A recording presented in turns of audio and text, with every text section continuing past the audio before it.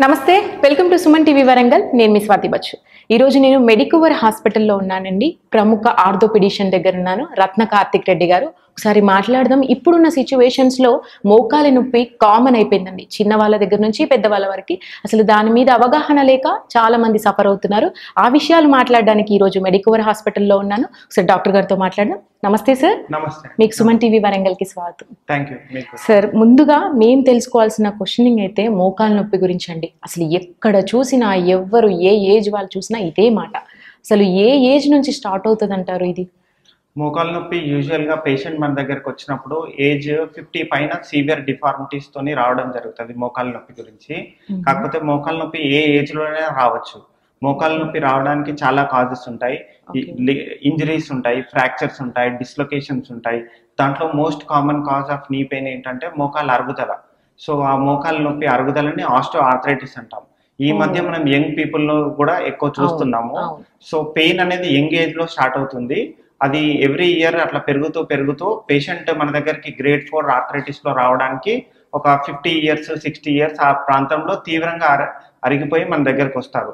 కానీ young age starting stage patients కూడా మనం చూడడం జరుగుతుంది. ఓకే, అయితే ఈ వెయిట్ పెరుగుదల విషయానికి వస్తే అది ఎంతవరకు మనకు మోకాలు నొప్పికి దారి తీస్తుంది అంటారు? వెయిట్ డెఫినెట్ గా ఒబేసిటీ కూడా జాయింట్ పెయిన్స్ కి మనకి చాలా ఇంపార్టెంట్. ఒబేసిటీ ఉండడం వల్ల జాయింట్ లోపల జాయింట్ రియాక్షన్ ఫోర్సెస్ ఎక్కువ ఉంటాయి. మోకాల్లో వెయిట్ ఎక్కువ పడడం జరుగుతుంది. ఆ ఒబేసిటీ వల్ల కూడా లిగమెంట్స్ అనేవి చాలా లాక్స్ గా ఉంటాయి, వీక్ గా ఉంటాయి. దానివల్ల కాలు అడిగేసినప్పుడు బ్యాలెన్స్ అవుట్ అయిపోయి స్లిప్ అయిపోయి స్ప్రెయిన్స్, ఇంజరీస్ అయ్యే అవకాశం కూడా ఎక్కువ ఉంటుంది. ఒబేసిటీలో ఫ్యాట్ కంటెంట్ ఎక్కువ ఉంటుంది కాబట్టి మజిల్స్ లో అవి కూడా కొన్ని కెమికల్స్ రిలీజ్ చేస్తాయి. ఆ కెమికల్స్ కూడా వెళ్ళి జాయింట్ ని ఎక్కువ డ్యామేజ్ చేయడము, ఎక్కువ కార్టిలేజ్ వేర్ ఎక్కువ ఉండడము, ఇవన్నీ ఒబేసిటీలో మనం చూస్తాం. ఓకే, అయితే కొన్ని సమయాల్లో మనం గాయపడినప్పుడు ఆ గాయాలు ఏవైతే ఉంటాయో ఆ గాయాలు కూడా వీటికి ప్రభావం చూపిస్తాయంటారా మోకాలు నొప్పికి? డెఫినెట్ గా. యూజువల్ గా ఇవి స్పోర్ట్స్ ఇంజరీస్ అంటాం. స్పోర్ట్స్ ఇంజరీస్ లో యూజువల్ గా యంగ్ పర్సన్స్ లో లిగమెంట్ ఇంజరీస్, ఫ్రాక్చర్స్, డిస్లొకేషన్స్ ఇవన్నీ అవుతాయి. అయినప్పుడు అక్కడ ఉన్న కార్టిలేజ్ కూడా కొంత దెబ్బతింటుంది, లిగమెంట్స్ కూడా కొంత దెబ్బతింటాయి. ఆ లిగమెంట్స్ ని మనం ప్రాపర్ గా యంగ్ ఏజ్ లో అడ్రస్ చేయకపోతే ఫ్యూచర్ గా వాళ్ళు కమింగ్ 15-20 ఇయర్స్ లో త్వరగా ఆర్థరైటిస్ లో వెళ్ళే అవకాశం ఉంటుంది. ఓకే, లక్షణాల విషయానికి వస్తే అంటే ఇది మోకాలు నొప్పి, ఇది ప్రాపర్ గా అని తెలుసుకోవడం ఎలా అంటారు? మోకాలు నొప్పి ఉన్న పేషెంట్ కి జనరల్ గా మోకాల్లో 100లో 90% ఆఫ్ టైమ్స్ మోకాలు లోపల భాగంలో పెయిన్ ఉంటుంది. కొంత దూరం నడవడం కూడా కష్టమవుతుంది. క్రెప్టస్, మోకాల్ని మనం ముడిచినప్పుడు జాయింట్ లోపల ఒక శబ్దం వినబడుతుంది. బోన్ రబ్ అవ్వడం వల్ల వచ్చే దాన్ని క్రెప్టస్ అంటారు. స్టిఫ్నెస్ అంటే మోకాలు కూడా స్మూత్ గా మూమెంట్ ఉండదు, కొంత టైట్ గా ఉంటుంది. కొంత దూరం నడవడం కూడా కష్టం ఉంటుంది, కొంత స్వెల్లింగ్ ఉంటుంది.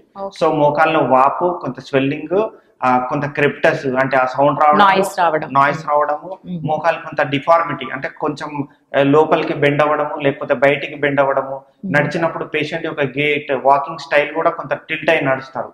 ఇది అడ్వాన్స్ ఆర్థరైటిస్ లో మనం చూస్తాం. డిఫార్మిటీస్, మోకాలు కూడా బెండ్ అవుతాయి. అది 4th స్టేజ్ అడ్వాన్స్ ఆర్థరైటిస్ లో బెండింగ్ ఇట్లాంటివి చూస్తాం. ఓకే, అయితే ఇప్పుడున్న జనరేషన్లో ఫాస్ట్ మూవింగ్ జనరేషన్ కాబట్టి ఈ లక్షణాలు కనబడగానే మేము అర్జెంట్గా సర్జరీ చేపించేసుకుంటాము, ఫ్యూచర్ మాకు ఇబ్బంది ఉండదు అని అనుకుంటారు కదా. అసలు ఏ ఏజ్లో సర్జరీ అవసరం పడుతుంది అంటారు, ఏ సిచ్యువేషన్లో అవసరం? అంటే జాయింట్ పెయిన్స్ లో యూజువల్గా మనం ఆస్టియో ఆర్థరైటిస్ అంటే మోకాల అరుగుదల కోసం చేసే ఆపరేషన్ ని నీ రీప్లేస్మెంట్ ఆపరేషన్ అంటాం. నీ రీప్లేస్మెంట్ ఆపరేషన్ అనేది యూజువల్గా 55 ఇయర్స్ 60 పైన వాళ్ళు చేసుకునే operation. Indication for the operation కూడా గ్రేడ్ 4 ఆర్థరైటిస్ లో ఉండాలి. అంటే పేషెంట్ మోకాల్లో పూర్తిగా గుజ్జు అరిగిపోయి ఎముకలు ఒకదానికొకటి దగ్గరికి వచ్చినప్పుడు మనం ఆపరేషన్ చేయాలి. సో అదే పేషెంట్, అదే చెప్తున్నాం, మోకాలు అరగడం 4 స్టేజ్లు. అంటే ఒక patient stage 1, stage 2, stage 3, stage 4 అని అంటే ప్రతి 4 స్టేజ్లు ఈ 3 స్టేజ్లు దాటుకొని 4వ స్టేజ్కి వస్తాడు. 4వ స్టేజ్కి వచ్చినప్పుడు మనం ఆపరేషన్ చేయాలి. ఫస్ట్ స్టేజ్, సెకండ్ స్టేజ్ అంటే యూజువల్గా వీళ్ళు యంగ్ పీపుల్ ఉంటారు, 30 ఇయర్స్ 40 ఇయర్స్ వాళ్ళు ఉంటారు. మనం వేసిన ప్రాస్థెసిస్ ఇంప్లాంట్ ఏదైతే ఉంటుందో దాని లైఫ్ స్పాన్ 15 ఇయర్స్ 20 ఇయర్స్ మాత్రమే ఉంటుంది. యంగ్ పర్సన్స్ లో కొంత అరగానే జాయింట్ రిప్లేస్మెంట్ అట్లాంటి ఆప్షన్ అనేది ఉండదు అన్నమాట. వాళ్ళ ట్రీట్మెంట్ ఏంటంటే మందులు, glucosamine chondroitin sulphates, type 2 collagen tablets, మోకాల్లో గుజ్జు పెరగడానికి టాబ్లెట్స్, మోకాలు పట్టీలు, క్వాడ్రిసెప్ స్ట్రెంథెనింగ్ ఎక్సర్సైజెస్, ప్రికాషన్స్, జాగ్రత్తలు అవన్నీ వాడాలి. వాడిన తర్వాత వాళ్ళు క్వాడ్రిసెప్ స్ట్రెంథెనింగ్ ఎక్సర్సైజ్ జాగ్రత్తలు తీసుకోవడం వల్ల సెకండ్ స్టేజ్, థర్డ్ స్టేజ్ నుంచి ఫోర్త్ స్టేజ్ కి వెళ్ళడాన్ని మనం కాస్త డిలే చేయొచ్చు. అంతేగాని కంప్లీట్ గా ప్రివెన్షన్ అనేది మనం ఆపలేము, ఎందుకంటే ఇది ఏజ్ రిలేటెడ్ ఫినామినా. వయసు పెరిగినా కొద్దీ చర్మం ఎట్లయితే ముడతలు పడుతుందో, వెంట్రుకలు ఎట్లయితే తెల్లగైతాయో, మోకాళ్ళ గుజ్జు జరగడం కూడా అలాంటిది. సో ఏజ్ రిలేటెడ్ డీజనరేషన్ అనేది, so that is not a disease, that is age related degeneration of the joint. So young persons మన దగ్గరకు వచ్చినప్పుడు మనం వాళ్ళకి క్వాడ్రిసెప్స్ స్ట్రెంథెనింగ్ ఎక్సర్సైజెస్ జాగ్రత్తలు చెప్తాం. మెట్లు ఎక్కడం, మెట్లు దిగడం తక్కువ చేయాలి, జాయింట్ రియాక్షన్ ఫోర్సెస్ ఎక్కువ ఉంటాయి, స్క్వాటింగ్, చక్ల ముక్లం వేసుకొని కూర్చోవడము, మెట్లు ఎక్కడం, మెట్లు దిగడం అట్లాంటివి తక్కువ చేసినప్పుడు జాయింట్ ఒక 10 years లో అరిగేది మనం తీసుకునే జాగ్రత్త వల్ల 20 years అట్లా ప్రొలాంగ్ చేయగలుగుతాం. ఓకే, లాంగ్ లాస్టింగ్ అవుతుంది అంటారు. ఓకే, అయితే మెడికేషన్ లో భాగంగా కొన్ని వరకు ఇప్పుడు చాలా ఎక్విప్మెంట్స్ వస్తున్నాయి, అలాగే ఇంజెక్షన్స్ వైజ్ గా కూడా తీసుకొస్తున్నారు. ఈ సర్జరీ లేకుండా ఇంజెక్షన్ అంటున్నారు, అది ప్రాపర్ అంటారా? సో మనకి యంగ్ పర్సన్స్ లో, ఇప్పుడు యంగ్ పర్సన్స్ లో జాయింట్ పెయిన్ వచ్చినప్పుడు మనకు stage 1, stage 2, stage 3, stage 4. Stage 3, stage 4 అంటే వాళ్ళకి మోకాలు బాగా అరిగిపోయి ఉంటాయి, వాళ్ళకి టాబ్లెట్స్ కూడా అంతగా పనిచేయవు. So third stage, fourth stage వాళ్ళకి మనం డెఫినెట్ గా నీ రీప్లేస్మెంట్ ఆపరేషన్ చేయాలి. That is straight forward clear indication. Stage 1, stage 2 అంటే వాళ్ళు యంగ్ పేషెంట్స్. సో స్టేజ్ 3 కూడా ఇంచుమించుగా కొంతమందికి ఆపరేషన్ ఇంకొంచెం రోజులు ఆగాల్సిన అవసరం కూడా ఉంటది. వాళ్ళకి ఏంటంటే మనకు మందులు పనిచేయవు, ఎక్సర్సైజ్ పనిచేయవు, మోకాలు పట్టీలు ఇవన్నీ పనిచేయవు, నాకు అయినా కూడా నొప్పి వస్తుంది అంటారు వాళ్ళు.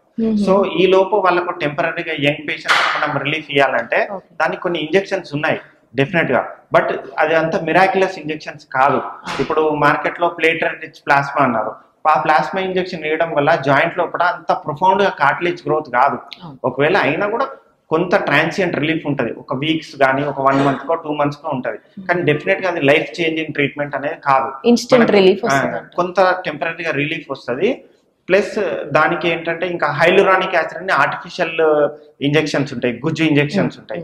దానివల్ల ఏంటంటే ఒక 1.5 year వరకు ఒక మనం 100 members కి ఇంజెక్షన్ ఇస్తే 100 లో ఒక 70 to 80% పీపుల్ కి ఒక 70 to 80% రిలీఫ్ ఉంటుంది.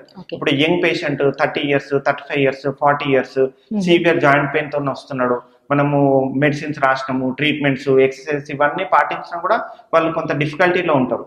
వాళ్ళకి ఆ ఫ్రిక్షన్ ని తగ్గించడం కోసం మనం జాయింట్ లోపల హైలురానిక్ యాసిడ్ ఇంజెక్షన్ ఇవ్వడం వల్ల వాళ్ళకి డెఫినెట్ గా కొంత ఇంప్రూవ్మెంట్ ఉంటుంది, బట్ ట్రాన్సియంట్ రిలీఫ్ ఒక 1 year, 1.5 year వరకు ఉంటుంది. అది అంతేగాని లైఫ్ చేంజింగ్ ట్రీట్మెంట్ కాదు. ఓకే, అయితే సర్జరీ ఫెయిల్యూర్స్ గురించి కూడా కొంతమందికి అపోహలు ఉన్నాయి, అంటే మళ్ళీ వచ్చే ఛాన్సెస్ ఉందా సర్జరీ తర్వాత, దీని మీద ఏమంటారు? సర్జరీ అంటే మనం 100 members కి నీ రీప్లేస్మెంట్ చేస్తే దాంట్లో 98 to 90% ఆఫ్ ద పీపుల్ నొప్పి లేకుండా మంచిగానే నడుస్తారు. 100 లో 80% ఆఫ్ ద పీపుల్ 100% సాటిస్ఫైడ్ ఉంటారు. ఒక 20% ఆఫ్ ద పీపుల్ కి కొంత పెయిన్, ఇబ్బంది అట్లాంటివి ఉంటాయి, depends on body, depending on the body. So దానికోసం ఇంకా డెవలప్ చేయడానికి కొంత రోబోటిక్స్ అనేది వచ్చింది, ఇన్వాల్వ్ అయింది. కాకపోతే కాంప్లికేషన్స్ అంటే ఏంటంటే most dreadful complication joint replacement లో ఇన్ఫెక్షన్ రావడానికి న్యూమరస్ అమౌంట్ ఆఫ్ కాజెస్ ఉంటాయి. ఇవాళ రేపు మేజర్ హాస్పిటల్స్ లో, పెద్ద హాస్పిటల్స్ లో అంతా laminar theatres, improvement in the operation theatre environment, improvement in the guide lines, improvement in the antibiotics అవన్నీ డెవలప్ అయినాయి. పేషెంట్ కూడా డయాబెటిక్ కంట్రోల్, ఇవన్నీ మనం జాగ్రత్తలు తీసుకుంటే 100 లో 1% ఇన్ఫెక్షన్ ఛాన్స్. సో ఆ 1% గురించి మనం ఎవరికి వస్తుందో తెలియదు, దానికి భయపడాల్సిన అవసరం ఏం లేదు. సో 1% ఇన్ఫెక్షన్ వస్తే ఆ ఇన్ఫెక్షన్ తగ్గట్టు కూడా ఇప్పుడు ట్రీట్మెంట్స్ ఉన్నాయి. సో అక్యూట్ ఇన్ఫెక్షన్స్ లో డెబ్రిడ్మెంట్ పాలీ ఎక్స్చేంజ్ చేస్తాము, తర్వాత స్టేజ్ 1, స్టేజ్ 2 అని ట్రీట్మెంట్స్ ఉన్నాయి. కానీ ఇన్ఫెక్షన్ ఎవరు రావాలని కోరుకోరు. ఇన్ఫెక్షన్ అనేది తప్పకుండా మన దురదృష్టం కొద్దీ 1000 లో ఒకరికో 10,000 లో ఒకరికో వస్తే దానికి మొత్తం అయిపోయినట్టు కాదు, దానికి కూడా ట్రీట్మెంట్స్ ఉన్నాయి. ఓకే, రెస్ట్ విషయానికి వస్తే ఆఫ్టర్ సర్జరీ ఎన్ని రోజులు రెస్ట్ ఉండాలంటారు? సర్జరీ అనగానే భయపడుతూ ఉంటారు బేసిక్ గా, అది చేయించుకుంటే బెడ్ మీదే ఉండాలి కావచ్చు అన్న ఒకటి ఉంటుంది కదా, దాని గురించి ఏమంటారు? డెఫినెట్ గా, అంటే పేషెంట్ మన దగ్గరకు వచ్చినప్పుడు గ్రేడ్ 4 ఆర్థరైటిస్ సివియర్ నొప్పితో వస్తాడు, కొంత దూరం నడవడానికి కూడా చాలా ఇబ్బంది ఉంటుంది. ఒక పేషెంట్ టిల్ట్ అవుతా ఉంటాడు, వాళ్ళకి డైలీ యాక్టివిటీ చాలా ఇబ్బందిగా ఉంటది. సో పేషెంట్ మనకు సర్జరీ అయిన తర్వాత కాలు కూడా స్ట్రైట్ అవుతుంది, ఇట్లా వంకర ఉన్న కాలు స్ట్రైట్ అవుతుంది. పేషెంట్ కి లోపల జాయింట్ లోపల బోన్ పెయిన్ అనేది పోతుంది. పైన మనం ఇన్సిషన్ ఇచ్చిన pain, soft tissue pain, stitches దగ్గర పెయిన్ మాత్రమే ఉంటది, అది కాస్తుంటది. నెక్స్ట్ డే నుంచి పేషెంట్ మంచి నడవచ్చు, కాకపోతే ఆ పెయిన్ డైలీ తగ్గుతుంది. ఈ రోజు ఉన్నంత పెయిన్ రేపు ఉండదు, రేపు ఉన్నంత ఎల్లుండి ఉండదు. So intensity and severity of the pain రోజు కొంచెం తగ్గుతుంది. 15 days కి మనం సూచర్ రిమూవల్ చేస్తాము. సర్జరీ అయినా యాక్చువల్ సర్జరీ అయినా సాయంత్రమే నడిపించవచ్చు, పొద్దున్న సర్జరీ అయితే. So these are cemented implants. So అక్కడ ఫ్రాక్చర్ అతికేది ఏమి ఉండదు. సో మనం ఆ సర్ఫేస్ ఏదైతే అరిగిపోయిందో దాన్ని యూజువల్గా దాన్ని డిజైన్ చేసి దానిపైన ప్రాస్థెసిస్ కూర్చోబెడతాం. సో పేషెంట్ ఒకవేళ ఫిట్ ఉంటే అదే రోజు ఈవినింగ్ నడిపించవచ్చు, లేకపోతే నెక్స్ట్ డే మార్నింగ్ నడిపించవచ్చు. So that is not an issue. With దాన్ని అసిస్టెడ్ వాకర్ తో నడుస్తారు. సో 15 days లో పేషెంట్ కి స్టిచెస్ రిమూవ్ అవుతుంది. డైలీ ఫిజియోథెరపీ చేసుకోవాలి. ఫిజియోథెరపీ అనేది చాలా ఇంపార్టెంట్. 1 month లో పేషెంట్ కి డెఫినెట్ గా ఒక 70 to 80% రిలీఫ్ ఉంటుంది. 3 months కి కాలు యొక్క వాపు కూడా తగ్గుతుంది, కాలు కూడా సన్నగా అయిపోతుంది, మూవ్మెంట్ కూడా వస్తుంది. ఒక at the end of the 1 month 70 to 80% patient relief అవుతుంది. ఓకే, ఫైనల్ గా ఒక మాట అండి, అంటే జీవన విధానంలో ఏమైనా తేడా చేసుకోవాలి ఇప్పుడున్న జనరేషన్ ఈ మోకాలు నొప్పి రాకుండా, అలాగే ఆఫ్టర్ సర్జరీ తర్వాత ఏమైనా చేంజెస్ ఉంటాయా? ఇప్పుడు యంగ్ పర్సన్స్ ఏంటంటే మన జీవన విధానంలో మనం కొంత లైఫ్ స్టైల్ చేంజెస్ చేయాలి, డైలీ యాక్టివిటీస్ చేయాలి, క్వాడ్రిసెప్స్ స్ట్రెంథెనింగ్ ఎక్సర్సైజ్ చేయాలి. సో యూజువల్గా మనం స్టెప్స్ ఎక్కడం దిగడం తక్కువ చేయాలి, స్క్వాటింగ్ తక్కువ చేయాలి, చక్రముట్లం వేసుకొని తక్కువ చేయాలి, యోగా చేసినప్పుడు వజ్రాసన, పద్మాసన ఇట్లాంటి నీ బెండింగ్ యాక్టివిటీస్ తక్కువ చేయాలి. సో దానివల్ల జాయింట్ రియాక్షన్ ఫోర్సెస్ తగ్గుతాయి. ఒబేసిటీ అంటే లైఫ్ స్టైల్ మేనేజ్మెంట్ లో ఎక్కువ ఒబేస్ ఉన్న వాళ్ళు కొంత వెయిట్ తగ్గించడం వల్ల జాయింట్ లోపల ఫోర్సెస్ కూడా కొంచెం తగ్గుతాయి. సో ఇట్లాంటి జాగ్రత్తలు మన యంగ్ పీపుల్ పాటించాల్సి వస్తుంది. మెయిన్గా క్వాడ్రిసెప్స్ మజిల్ అనేది నీ జాయింట్లో చాలా ఇంపార్టెంట్.